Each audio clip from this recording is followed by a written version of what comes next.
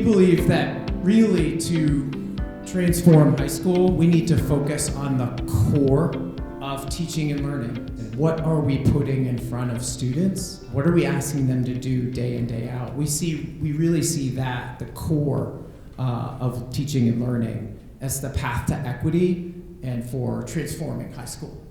In Search of Deeper Learning, in this book, Mehta and Fine visit 30 of the schools that are recommended to them in our country as the best high schools in the country.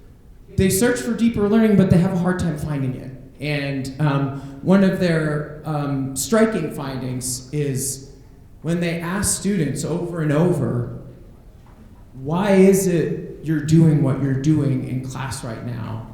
The students aren't seeing the purpose in what they're learning. In a similar fashion, they studied 5,000 classrooms across the country, and they found that basically for a lot of kids, school's a waste of time. That there was upwards of 6 months of their time working on materials that are below their grade level. And they found that this is even more pronounced in classrooms that consist of a majority of students of color. Then we had the pandemic.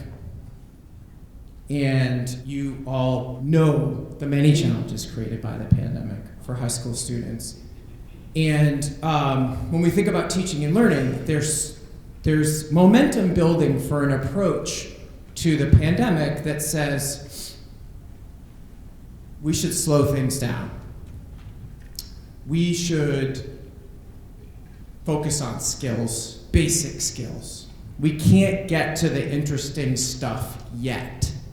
We think that that will result in further inequity and withholding of rich resources. We believe that we can help students fall in love with learning. We think school can be magical for kids, where their days are full of curiosity and wonder and grappling and forming of opinions and feeling like you have a seat at the table to talk about important things. And that when we do that, that's how we transform high school. When we do that, students start to see school and themselves differently. And that's how we achieve greater equity.